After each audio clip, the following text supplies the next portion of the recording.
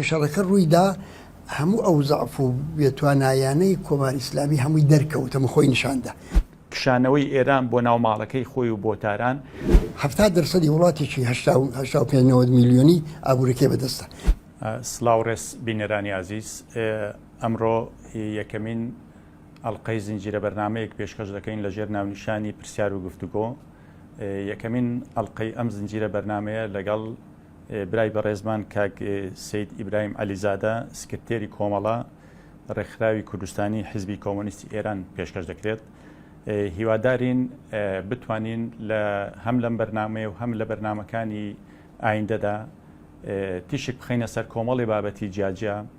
لە کۆمەڵی ڕەهەندی جیاوازەوە بابەتەکان تەنها بریتی نێبێت لە بابەتی سیاسی یاخود لە فۆرمی سیاسیدا پێشکەش بکرێت. هەوڵدەین هەم بابەتی ئەدەبی، بابەتی سۆسیۆلۆژیا، بابەتی سایکۆلۆژیا، کۆمەڵی لەو ڕێگەزە زانستیە مرۆیانەی کە کاریگەریان لەسەر دروستکردنەوەی مرۆڤی ئێمە و بنیاننانەوەی کۆمەلگەی کوردی هەیە، وەکو دروستکردنەوەی کۆمەلگەی مەدەنی هەیە و ڕاستکردنەوەی فۆرمی بیرکردنەوە و شێوازی مامەڵەکردنی ئینسانی ئێمە لەگەڵ ژیان و لەگەڵ کۆمەلگا هەیە، وەکو مرۆڤێکی دروست بخاتەوە ناو کۆمەلگا بیکەینە بنەمایەکی گرنگ بۆ پێشکەشکردنی ئەڵقەکانی داهاتوو. لەم بەرنامەیەدا لەگەڵ کاک ئیبراهیم عەلیزادە هەوڵ دەدەین تیشی بخەینە سەر کۆمەڵێک بابەتی گرنگ کە تایبەتە بە دۆخی ئێران، یاخود بڵێن پرسیار و گفتوگۆکە لەسەر دۆخی ئێران چڕ دەکەینەوە. دۆخی ئێران لە دوای شەڕی 12 ڕۆژە لەگەڵ ئیسرائیل ئەمریکا ئەم ناکۆچی و ئەم قەیرانانی کە لەناو ئێراندا لە ئێستا وجودیان هەیە بەکوێ دەگات و دۆخی ئۆپۆزیسیۆنی ئێرانی و ئێمە زیاتر قسەکانمان چڕ دەکەینەوە لەسەر دۆخی ئۆپۆزیسیۆنی کوردی لە ڕۆژهەڵات و لە ڕۆژهەڵاتی کوردستان تا چەند دەتوانن ئەمانە یاخود ئەجێندا و بەرنامە و استراتیژیان هەیە بۆ مامەڵەکردن لەگەڵ هەر ئاڵوگۆڕێکی یا پێشهاتێکی کە لە داهاتوودا لە ئێران بێتە پێش. ئایا ئامادەی سیاسیان هەیە؟ ئایا بەرنامەی هاوبەشیان هەیە؟ ئایا کارێکیان کردووە بۆ ئەوەی کەوا استراتیژی و گوتارێکی هاوبەشیان بوونیان نابێت؟ هەوڵ دەدەین لە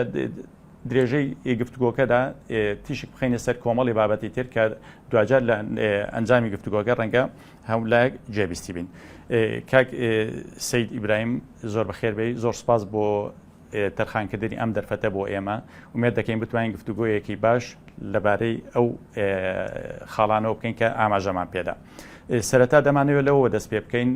ئێمە دەزانین لە دوای پەلاماردانی هێرشی حەماس لە ئۆکتۆبەری 2023 بۆ سەر دەوڵەتی ئیسرائیل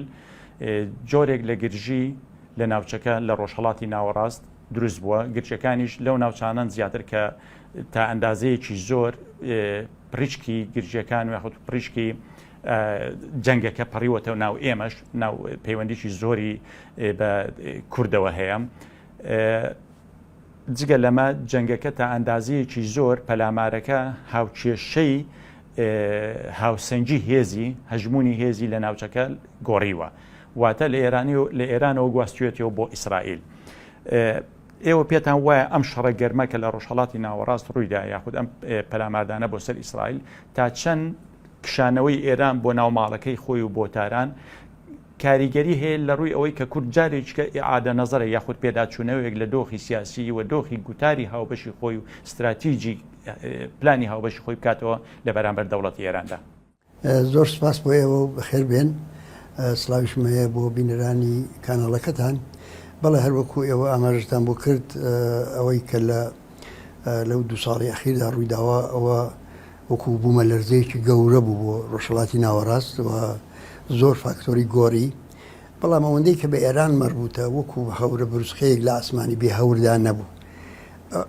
کۆماری ئیسلامی لەو ململانی و کێشەیە کە لەو 2 ساڵی ئەخیردا ڕوویداوە شکست خواردوو هاتۆتە دەرێ. یعنی لە کاتێکدا کە لە 4 پێتەختی دنیا حکومڕەوایی دەکرد و هێزەکانی لایەنگری کۆماری ئیسلامی چارەنووسیان دیاری دەکرد لەم وڵات و لە وڵات، ئێستا مەسەلەن هاتوتە سەرەوەی کە بە زۆر دەتوانێت ماڵی خۆشی حتا بپارێزی. ئەمە ینی گۆڕانکارێکی گەورەکە. بەڵام ئەو بۆچی ڕوویدا لەبەرەوە ئاساری زعف و شکست وردە بە خۆدی کۆماری ئیسلامیەوە دیار بوو. ینی پێش ئەوە کۆماری ئیسلامی ئێران شەرعیەتی لە ناو خەڵکی وڵاتەکەی خۆی بە تەواوی لەدەستدا بوو. پێش ئەوە ئابوووریەکەی وا داڕما بوو کە هیچ قابلی ئیسلاحکردن و چاکردنەوە لە کورتماوەدا نەبوو. یعنی کە شەڕەکە ڕوویدا هەموو ئەو زەعف و بێتوانایانەی کۆماری ئیسلامی هەمووی دەرکەوتەمە خۆی نیشاندا. ئەنی معلوم بوو کە وەکو بڵێن بەبرێکی کاغەزی وا بووە کە ڕووداوی وەکو ئەوەی لە غەزە ڕوویدا ئەمە تەقاندیەوە مۆزوعەکە. دەرەر حاڵ ئەوەی کە ئێستا دەیبینین ئەوەیە کۆماری ئیسلامی ئێران لەبەردەم دوو بژار دەدایە، یان یا دەبێ تەسلیم بێ بەرامبەر بە داخوازیەکانی ئەمریکا و تەبان ئیسرائیلیش، و یا دەبێ مل بە شەڕێکی دیکە بدە کە هەردووکی ئەوانە چاوەڕوان کراوە ئاکامەکەی چ دەبێت.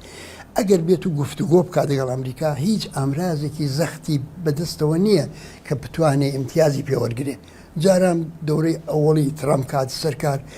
مەجموعەیەک دەسەڵاتی هەبوو لە ناوچەکە، ئەمرازی زەختی هەبوو بەدەستەوە. ئێستا ئەوانەی نەماوە ئەگەر دانیشێتە پای گفتوگۆ، چونکە گفتوگۆ و دانوستانیش عاشقی چاوبڕۆ یەکتر نین، هاوسەنجی هێز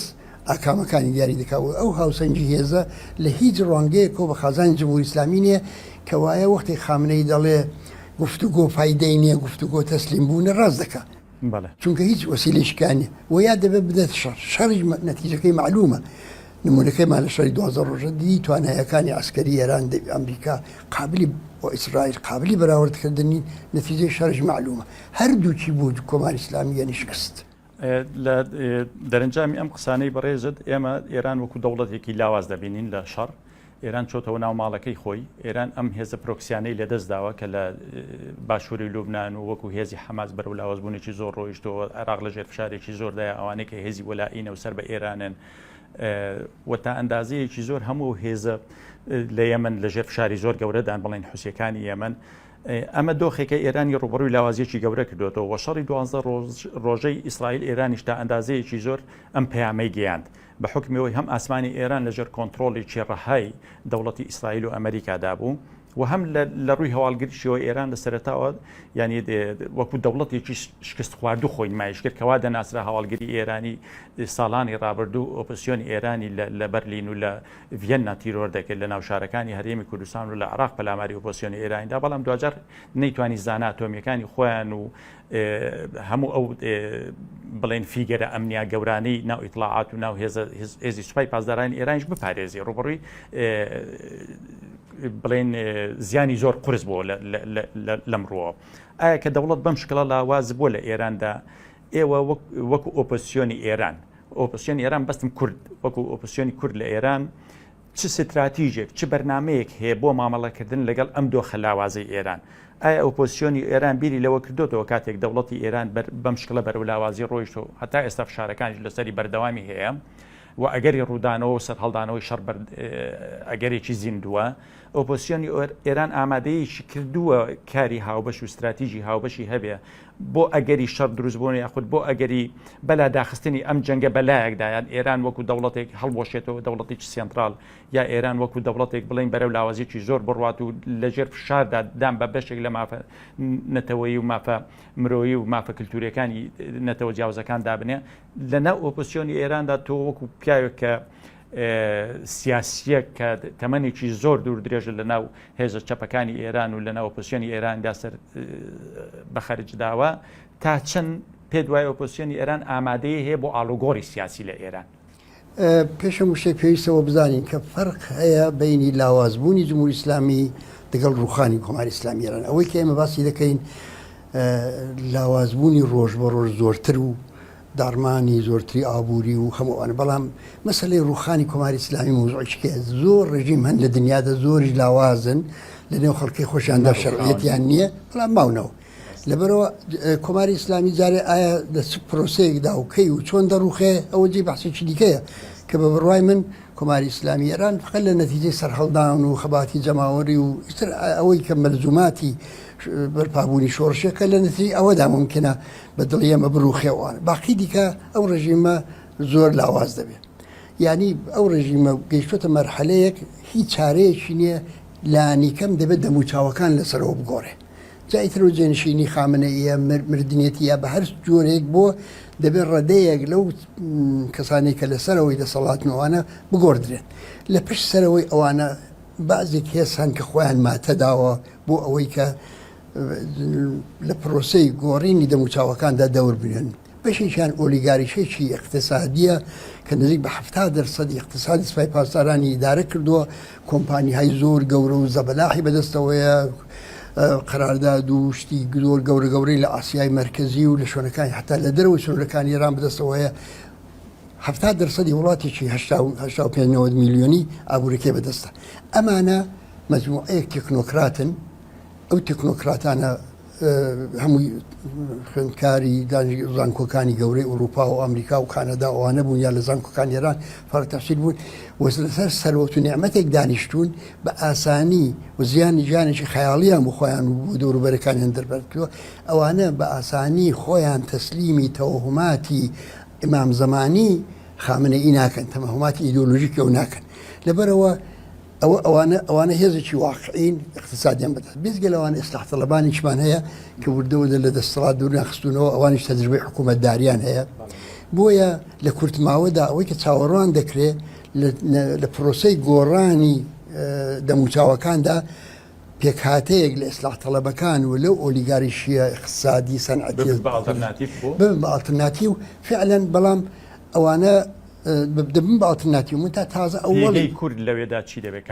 جار مەسئلەیەوەیە کوردستان بە دەلیلی ئەوەی کە ئۆپۆزیسیۆنی کوردی ئێران بەڵێ کوردستان بەرنامەی کوردستان جیاوازێکی لەگەڵ باقی شوێنەکانی دیکە ئێران هەیە یەکێک مهمترین جیاوازەکەی ئەوەیە کە بە حیزبیە ینی لە کوردستان زۆر زوو ئارایشێکی حزبی بەخۆیەوە دەگرێت پسێ هەر بنەماڵەیە وەختێک قەیرانی سیاسی گەورە دەبێتەوە هەر بنەماڵەیە گرایش و بۆچوونی سیاسی خۆی دەردەخات دموکراتە کۆمەڵەیە ئەمە ئەوە هەرچی هەیە ئەوە لەلایەکەوە کۆمەلگای لەلایەکەوە کۆمەلگای مەدەنیش گەشەی کردووە لەبەرەوە کوردستان زۆر احتیمالی هەیە لە ئەگەری لاوازبوونی دەوڵەتی مرکزی چارەنووسێکی جیاواز پیدا کە من ناڵم مەسەل وەکو ڕۆژاوە بەڵام شتی لەو نەوعایانی دەوڵەتی مرکزی ئەوەندە ضعیف نەبوو کە بڕوو خێزارێ و ئەوەندەش دەسەڵاتی نییە کە هەموو مەسەل منتەقەیەکی هەستیاری وەکو کوردستان بەبوونی ئەحزابی سیاسی و بۆ نفوزە کۆمەڵایەتیانە من دەمەوێت کۆنترۆڵکە بپەڕینەوە بۆ بابەتێکیشتر بەڕاستی کورد بە درێژایی مێژووی ئێمە لە دروستبوونی دەوڵەت نەتەوە لە ڕۆژهەڵاتی ناوەڕاست چ دەوڵەت نەتەوەی عەرەبی چ دەوڵەت نەتەوەی تورکی چ دەوڵەت نەتەوەی فارس لە ئەو ناوچانی کە چ لە سووریا چ لە عێراق چ لە تورکیا و چ لە ئێران ینی بەردەوام کورد بە جۆرێک لە جۆرەکان لە ناو جوڵانەوەی ڕزگاری خوازی ئەم دەوڵەتانە بەشدار بۆ شانبەشانی نەتەوەی باڵا دەستکە ئەو کاتە لە قۆناغی ڕزگاری دابوون دش بە دەسەڵاتی تر بۆن وونە ئەتاتورک دش بە دەسەڵات و خلافەتی عوسمانی لە ئیستانبول لە ناوچەکانی ئەنادۆڵ و ناوچە کوردنشینەکان لە جەنجی ڕزگاری سربەخۆی تورکیادا بووە لە عێراقدا شۆڕشی بیستە بۆ کورد تا ئەندازەیە کەم تا زۆرێک بەشداری کردووە شانبەشانی عەرەب لە بەدژی ئینگلیز و نارەکانی تری دەوڵەتی عێراقی پێشەوەی دەوڵەتی عێراقی دابمەزرێ لە ئێران بە هەمان شێوە کە جمهوری ئیسلامی دێ بە جۆرێک لە جۆرەکان کورد هاوبەشە لە ڕاپەڕینی جەماوەری و ڕاپەڕینی مەدەنی دش بە سیستەمی حەمەڕەزاشا لە ئێران و هێنانی مۆدێلێکی تری حکومڕانی و سیستەمێکی سیاسی ئایدۆلۆژی ئەوەی کە ئێستا هەیە ینی کورد بەڵام بە نەتیجە ئەمە پێشتریش لە ئێراندا بەر لە یان لە سەردەمی شۆڕشی مەشروطە خوازی ئێرانیدا کوردجارێککە شانبەشە ئەنجومەنەکانی دروست کردووە لە شارە کوردیەکان و شانبەشانی پێکهاتە نەتەوەیەکانی تر بەشداری کردووە بەڵام دوجار کە قانونی ئەساسی دەوڵەت هاتووە ئەمە لە تورکیا نمونەمان هەیە هەر سێ مادەی یەکەم و دووەم و سێمی دەستور هیچ شتێک دام بەبوونی کورد و کللتور و زمانی کوردی دانانێ لە ئێران دوای شۆڕشی مەشروطە خوازی جارێککە هیچ وجودی کورد لە بەرچاو ناگیرێت لە قانونی ئەساسی ئێرانیدا کۆماری ئیسلامی بە هەمان شێوە پەلاماری ناوچە کوردنشینەکان و ئەنجومەنەکان هەڵدەوشێتەوە و ینی وجودی کوردجارێککە لە لای دەوڵات لە سیستەمی سیاسی ئێراندا جێگایەکی بۆ ناکرێتەوە دام بەبوونی سیاسی و کۆمەڵایەتی و مافە کللتوریەکان و زمانی داناندرێ ینی لە ئەگەری ئەم لاوازبوونەی ئێستای ئێران ئەگەر هەیە ئێران بەرەو لاوازبوونی زیاتر بڕوە ئەگەر کورد بێوێت جۆرێک لە استراتیژی هەبێت و لەگەڵ ئۆپۆزیسیۆنی ئێرانی مامەڵە بکات و شانبەشانی ئەوان هەوڵ بۆ گۆڕینی ئەم سیستەمە بدرێ بە کۆمەڵێ دەموچاوی ئەوەی کە ئەوە پێ دەڵێن ئیسلاح تەڵەبیەکان ئەگەر کۆمەڵێ دەموچاوی ئیسلاح تەڵەبی بێت چ گەرنتیەکەیە بۆ جارێککە ئیسلاح تەڵەبیە ئەم نموزەجەی جمهوری ئیسلامی دووبارە ناگاتەوە ئەم نموزەجەی فاشیزمی تورک دووبارە ناگاتەوە ئەم نموزەجەی عراقی سونە و عراقی شیعە دووبارە ناگاتەوە دەرهەق بە کورد تاوزیگای کە بە ڕیشەی قەزیەکە مربوطە بەڕاستی من پێم وایە کە چەمکی نەتەوە بەرێتەوەی کوردیشەوە و نەتەوەخانیکەوە لەگەڵ پەیدابوونی نظامی سەرمایه‌داری هاتووە پێش نظامی سەرمایه‌داری ئەمە نەتەوەمان نەبووە لە شاری مەهاباد چەند جار لەلایەن عشایری مەنگوڕ و عشیرەتەکانی دەوروبەری تاڵان کراوە لە ئێستادا هەیە وجود هەیە جادم هەیە بەڵام ڕەزا شا کە هاتە سەرکار ڕەزا شا لە سەرەتای پێکهاتنی نظامی سەرمایه‌داری بوو لە ئێران نظامی سەرمایه‌داری لە هەموو وڵاتانی دنیا هەوڵی داوە چەندەی دەوڵەتی مرکزی تێغی بیبڕێ چەندەی هێزی ئەرتەشەکەی وانکە توانایی هەبێ مەرزەکان سنوورەکانی خۆی پەرە پێ بدە و ئەو سنوورانە بپارێزێ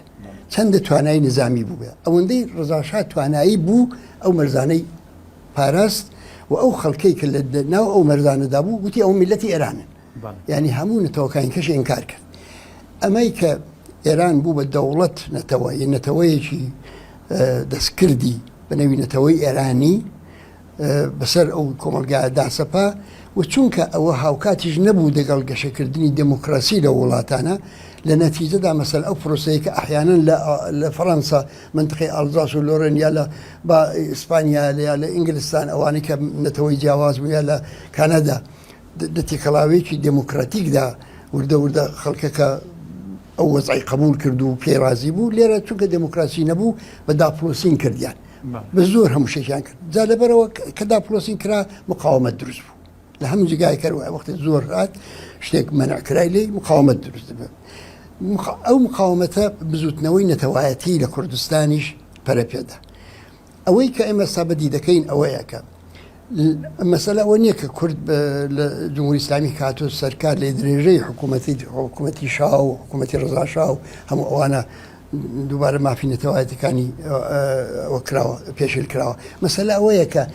چکۆڵەترین داخوازیەکانی شۆڕشی ئێرانیش بەدی نەهات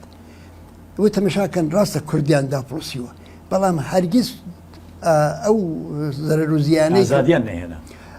ئازادی لە هەموو جگایەکی ئێران سەرکوت کرا لە هەموو جگای وە ئەو زەرەر و زیانەی کەوە کورد کەوتووە بە دەقاتی و خەڵکی ئیسفاهان کەوتووە ساڵی 1367 ئێرانی لە زیندانەکاندا هەزاران کەسان خەتوعام کرد تەماشاکەن 100 کوردی تدانی ڕزەکە قسەکەی خۆت بیر نەچێ من ئامانجی گفتوگۆ پرسیارەکە ئەوەیە یعنی ڕاستە ئازادی قەدەغە کرا لە تورکیا ئازادی بە قانون قەدەغە کرا لە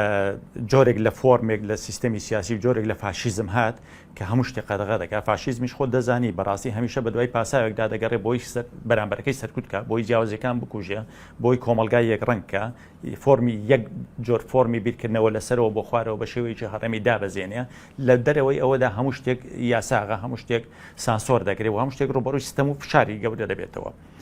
بەڵام ئەوەی کە هەیە تورک وەکو نەتەوە لە تورکیادا ڕاستە ڕەنگە تا ئەندازەیەکی گەورە ئازادی سنووردار کرا بێ پێی و فۆرمەی کە لە دەستوری تورکی و فۆرمەی کە ئەتا تورک و ناغی دەوڵەتی نوێی تورکیا باوەڕی پێ هەبووە بەڵام وەکو بوونیێکی سیاسی نەتەوەی نەکەوتە ژێر هەڕەشەی سڕینەوە عەرەب لە عێراقدا نەکەوت وەکو بوونیێکی نەتەوەی نەکەوتە ژێر هەڕەشەی پەلامار و سڕینەوەی زمانی کللتوری بوونی سیاسی لە سووریادا بە هەمان شێوە ینی پێش ئەسەدەکان و دوای ئەسەدەکانی ژیانی بوونی عەرەب لە سووریادا نەکەوتە ژێر ئەوەی کە کەوتە ژێر هەڕەشە و بێناسنامەکرا کورد بوو لە ئێرانیشدا بە هەمان شێوە ئەمە زمانی فارسی نی قەدەغە دەکرێت لەگەڵ هاتنی ڕەزاشە ئەمە زمانی کوردی قەدەغە دەکرێت ئەمە کللتور و هونەری کوردی هەوڵ دەدرێت بە جۆرێک لە جۆرەکان وەکو کللتورێکی نامۆ بە خودی کورد بەناسیێنرێ واتە دەست دەبرێت بۆ سڕینەوەی ناسنامە بۆ سڕینەوەی بوونی سیاسی و کۆمەڵایەتی یعنی گرفتەکە ئەوەیە تۆ کە وەکو کوردێک بوونی سیاسیت بوونی کۆمەڵایەتیت و بوونی کللتوری دەکەوێتە ژێر هەڕەشەی سڕینەوە ئەم هەڕەشەیە لەسەر نەتەوە باڵا دەستەکان نەبووە ینی بۆیە کورد لە فۆرمێکی وەهادا دەیەوێت چی بکات جارێکتر بۆی ئەمە دووبارە نەکاتەوە کە لە مێژوودا کردوێتی ئەمە ئەوە فقط بەهێز دەکرێت ینی کورد دەبێت خەڵکی کورد بزوتنەوەکەی دەبێت بەهێز بێ بۆی بتوانێت داخوازیەکانی دابسەپێنێ بەسەر هەر دەوڵەتێکدا بەڵام مەسەرەکە ئەوەیە کە ئەگە تۆ دەتەوێت کورد لە کوردستان ئازادی نەتەوایەتیش بەدەستبێنی خۆ دەزانی بەبێ ئەوەی کە دەسەڵات لە تاران بڕوخێ ئیمکانی نییە و ئازادی بەدەستبێنی ئەگەریش بەدەستبێ ماوەیەکی کاتیە و وەکو مەسەڵەن لە 1970 دێستێنەوە جاکەوایە تۆ دەبێ مشارەکەت بکەی حتا بۆ ئازادی خۆشت لێرە وەکو نەتەوەیەک دەبێ مشارەکەت بکەی لە ڕوخاندنی ئەو ڕژیمە لە تاران گۆڕین دەسەڵات لە تاران تا بتوانی دەستکەوتەکانی خۆشت لێر بپارێزی بەڵام تۆ ناتوانانی هەر داوا بکەی خەڵکی باقی شوێنەکانی دیکە پشتیوانت بن تۆ دەبێت پشتیوانی بکەیت لە داخوازیەکانی ئەوانش تۆ دەبێت پشتیوانی خەڵکی بەلوچیش بی خەڵکی عەرەبیش بی کرێکاری عەسەلویەش بی ژنی مەشهەدیش بی تەرەفداری ئازادی ئەوانیش بی تا سۆزی ئەوان بەرەو خۆت ڕابکێشی و لە نەتیجەی ئەوەدا ئەوەی کە دەتوانێت ڕوو بدا ئەوەیە کە دموکراسی و ئازادی لە ئێران بەدی بێت دەوڵەتێکی خەڵکی بێتە سەرکارکە و دەوڵەت خەڵکیە مافی نەتەوەکانی هاوڵاتی بەڵام دەبینی کە لە 100 ساڵی ڕابردوودا هەرچی کۆمەڵانی خەڵکی ئێران بۆ هێنانی ئەو مەشروتە بۆ لاوە لەم بە مەشروتەشەوە هەرچی ئەو هەوڵانەی داویانە بۆ بەدیهێنانی دموکراسی لە ئێران شکستی خواردووە کە دموکراسی لە ئێران شکستی خوارد ئەوارزەکەی پێی هەموو خەڵکی ئێرانی گرتوتەوە و کوردی و عەرەب و بەلوچ وانە بەزیادیشەوە بەڵێ کاکسی چینە سەر بابەتێکتر دۆخی ئابووری و ئەو قەیرانە مزمین و بەردەوامانەی کە لەگەڵ هاتنی جمهوری ئیسلامی و تاوەکو ئێستا درێژەی هەیە و ڕۆژ بە ڕۆژ ئەم قەیرانانە لە ئێران لە جوگرافیای ئێران بەگشتی قوڵتر دەبێتەوە دۆخ و بژێوی خەڵک تا ئەندازەیەکی گەورە لە دۆخێکی تەواو ناڕەحەتی و قورسدایە یعنی بژێوی ژیانی هاوڵاتی ئەجگار قورسە و هەمومان دەزانین هەڵاوسانێکی گەورە لە دراوی ئێرانیدا ڕۆژ بە ڕۆژ هەڵاوسانەکە گەورەتر دەبێ یعنی هەموو ئەمانە پێمان دەڵێن کە ئێران بنەمای اقتصادی بەرەو داڕوخانێکی ئەجگار گەورە دەڕوات ساڵانێکی زۆرە لەژێر ئەمەی کە پێ دەوترێت لە ئێران پێدەگو حەساری بینی الملەلی و ئەم گەمار و نێودەوڵەتیدا دەژیت یعنی هەموو ئەو گەمارویانە ئەم دۆخەش لە ژاوی ناوخۆ تا چەند دەتوانێت کۆمەک بە جوڵەی مەدەنی ناوە بکات بۆ نمونە لە ناوەی ئێراندا ئێمە هەمومان دەزانین لە ئەمریکا ناودرا شۆڕشی ژینا ئەمینی لەسەر مەسلەی قەدەغ لەسەر مەسلەی قەدەغی ئازادی و زۆر شتیتر هەیە بەڵام لێوەدا لەم فۆرمەدا گوزارشتی لێ دەکرێت ئایا تا چەند جوڵەی مەدەنی لە ئێراندا یاخود ئەم دۆخە ناوەچەی ئێران و ئەم دۆخەشکە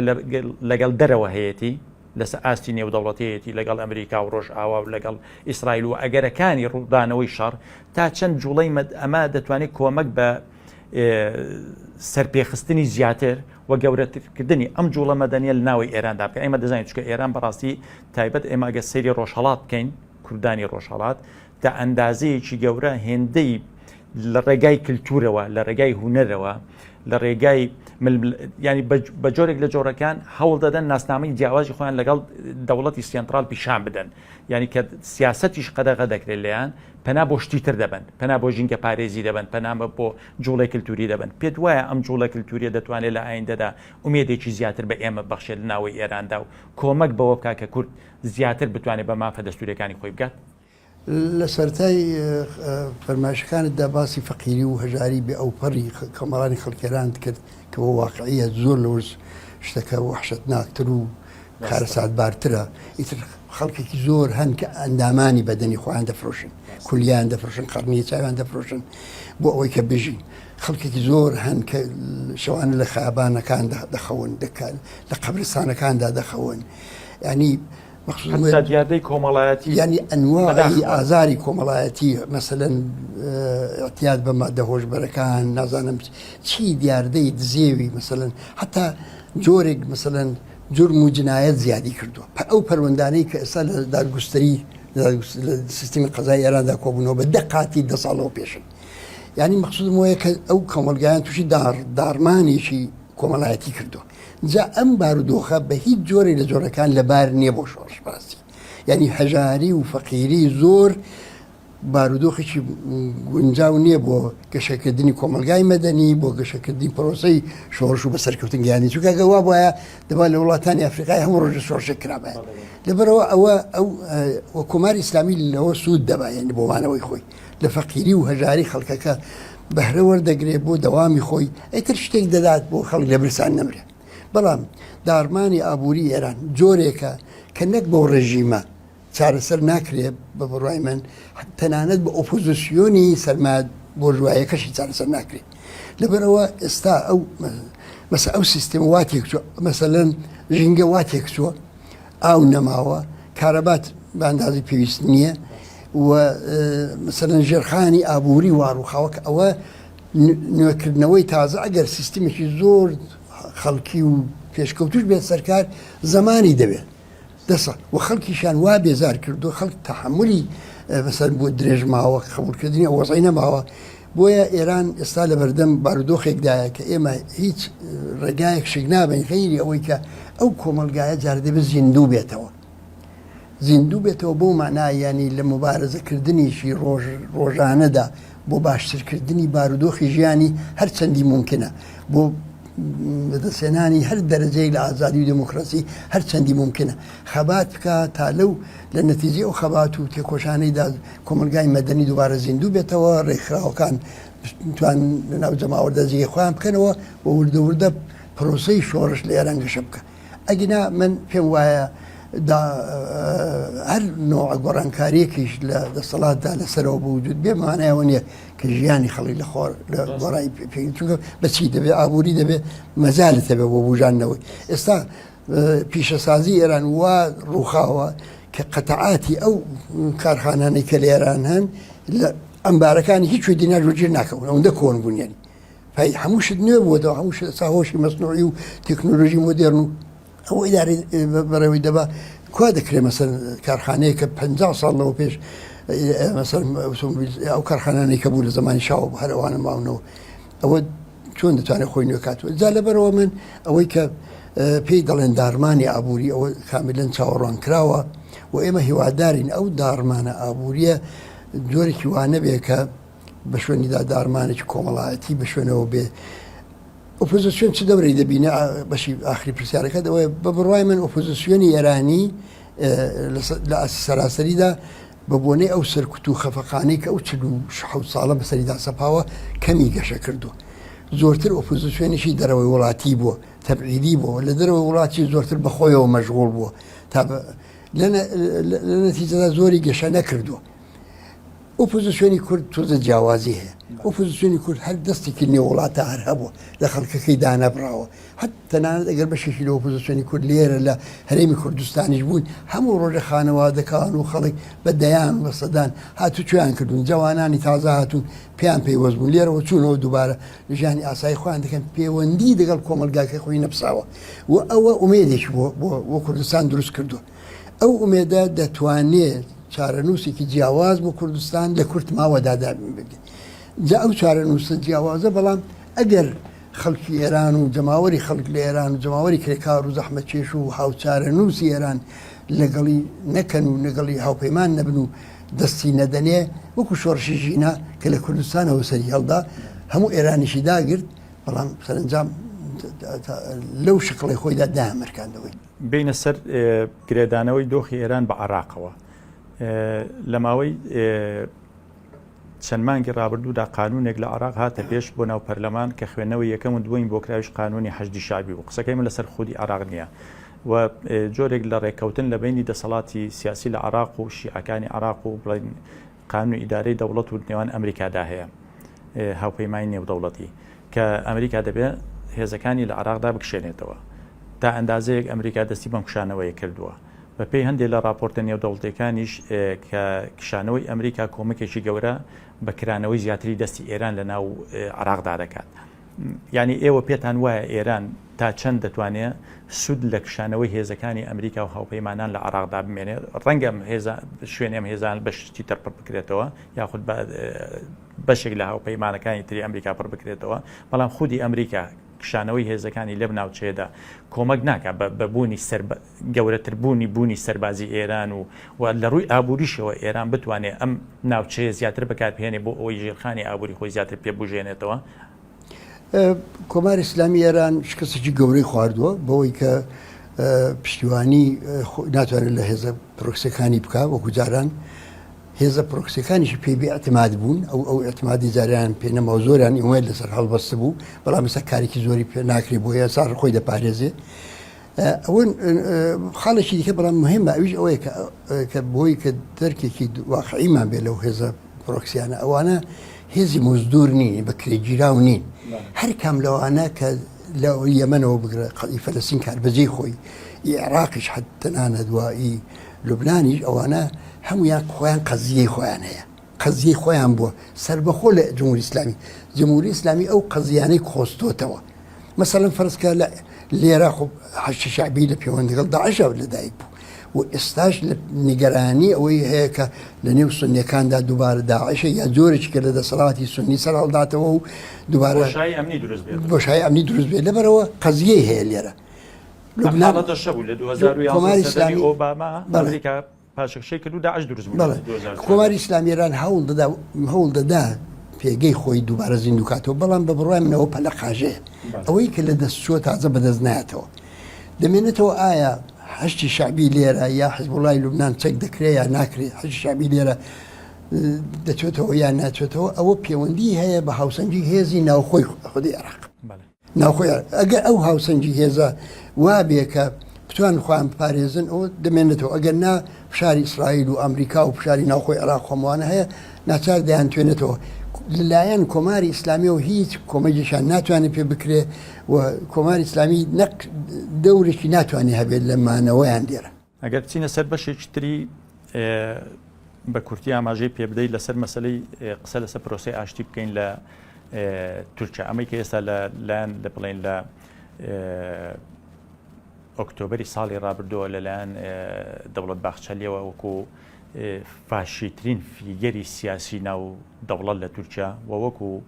هێز کە ئەمە خاوەنی حیزبی نەتەوەپەرستی تورکیا و فاشیترین حیزبی سیاسی لە تورکیا دەست پێشخەری دەکرێت بۆیکەوە پرۆسەیەک بێتە پێشە بەناوی پرۆسەی ئاشتیەوە دی ناوی چی لێندرێ بەڵام هەنگاوەکان بەرەو ئەوە بێکە لەگەڵ کورد ئاش بێتەوە مەسلەی پەکەکە کۆتایی پێهێنرێ بێن لەسەر مێزی گفتوگۆ بێکەوە تەفاوسکەن وە دوجار بینیمان لە 27 شوباتی ئەم ساڵدا پەیامەکەی عەبدوڵڵا ئۆجەلان ڕاگەیەندرا پێشوازی لێکرا لە ناو دەسەڵاتی سیاسیەوە گەیشتە مەرحەلەی بە شێوەیەکی سیمبولی بەشێک لە بڵێن گەریلاکانی پەکەچەکانیان سووتان یعنی ئەمانە کۆمەڵی هەنگاو بوون تاوەکو ئێستا کەم تا زۆرێک کۆمسیۆن دروستکراوە لە ناو پەرلەمانی تورکیادا بۆ ئەمە بەستە ئێوە پێتان وایە لە دەوڵەتێکدا کە لە شوێنێکەوە سەرکوتی ئۆپۆزیسیۆن دەکات لە شوێنێکەوە گەورەترین هێزی ئۆپۆزیسیۆنی تورکی کە جەهەپەیە لە ڕێگای دەنگی خەڵکەوە لە ڕێگای هەڵبژاردنەوە بە ڕێگایەکی دیموکراتیانە کە هەڵبژاردن ڕێگەزێکی گرنگی ناو پرۆسی دیموکراسیە بە شێوەیەکی دیموکراسیانە گەورەترین شارەوانی تورکیا کە ئەستەمبۆڵە بەدەستی هێناوە بەڵام لە ڕێگای بەکارهێنانی دادگاوە دەسەڵاتی سیاسی لە تورکیا هەم پۆستەکەی لێوەردەگرێتەوە هەم زیندانی دەکات و بەشێک لە سەرۆک شارەوانیەکانی تری دەوروبەری ئەستەمبۆلی بە هەمان شێوە قەیومی لە شوێندا ناون لە ئیزمیر هەماشتی بەرامبەر بە جەهەپە دووبارە کردوێتەوە پێتان وایە ئەقلیەتێک بەم شکڵە مامەڵە لەگەڵ هێزێکی ئۆپۆزیسیۆن بکە بە شێوەیەکی نادیموکراتیانە مامەڵە لەگەڵ دەرەنجامەکانی هەڵبژاردن بکە ئومێدی ئەوەی لێ دەکرێت پرۆسیەکی گەورەی کە بریتە لە دانان بەبوونی سیاسی کورد بریتی بێت لە دیموکراتیزەکردنی کۆمەڵگەی تورکی هیچ ئومێدێکی لێسەوەز بێت تایبەت ئێمە ئەگەر ئەوەشمان بەوە گرێوی بدەمەوە لە دوو ڕۆژی ڕابردوودا یاریە کرا یاری تۆپی پێ لە نێوان هەڵبژاردەی ئیسپانیا و هەڵبژاردەی تورکیا لە ناو یاریگار کە لە شوێن لە شارێک کراوە ئەم شارە یەکێکە لە پێگە هەرە سەرچیەکانی ئاکەپە لە کۆنیا کراوە لە ناو مەلعەبەکەدا بەشی هەرە گەورەی هاندەرانی ناو یاریگاکە دش بە ئۆجەلان دروشم دەڵێنەوە ئۆجەلان وەکو تیرۆریست هاوار دەکەن و دژی باخچەلی دروشم دەڵێنەوە کە چۆتە ناو پرۆسەیەکی ئایا لە ناو کۆمەلگەیەکی وەها دەکە هێشتا زەهنیەتی ئامادە نییە بۆ دیموکراسی بۆ قبولکردن بۆ بەیەکەوە ژیان تۆ دەتوانی بەرەو چێ بڕۆی چه ئومێدێک هەیە دەزانی هەر شەڕێک نهایەتەن دەبێت بە گفتوگۆ تەواو بێ ئەوە وازە هەر شەڕی ئاخرەکەی گفتوگۆیە جای تر شکست دەخوا هەر دەبێت گفتوگۆ بکەی جا لەبەرەوە ئەوەی کە ئێمە لەوێ دەبینین ئەوە نییە لە نەتیجەی